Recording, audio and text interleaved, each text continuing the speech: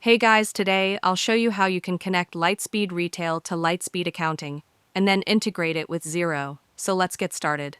To begin, log into your Lightspeed accounting account. When you access it for the first time, you'll see a list of POS systems you can integrate with. Select Lightspeed Retail, and you'll be asked to enter your login details so the system can authorize access. Once approved, your store will instantly appear as connected inside Lightspeed Accounting. Now it's time to link Lightspeed Accounting with your accounting software. Go to Settings, open Accounting, and choose the shop you want to connect. From the list of available integrations, select Xero and click Connect to Xero. You'll be prompted to sign in again and allow access, and once authorized, the connection will be successfully created. But remember, nothing syncs automatically until your mappings are set. Go back into Settings Accounting, select your connected shop, and configure each section such as General Settings, Sales Mappings, Discounts, Other Charges, and Payment Types. After everything is mapped correctly, click Activate.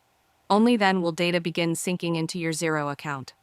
This setup ensures your Lightspeed Retail data flows smoothly into your accounting system without manual work. And that's it. If you found this video helpful, consider giving it a like and subscribe.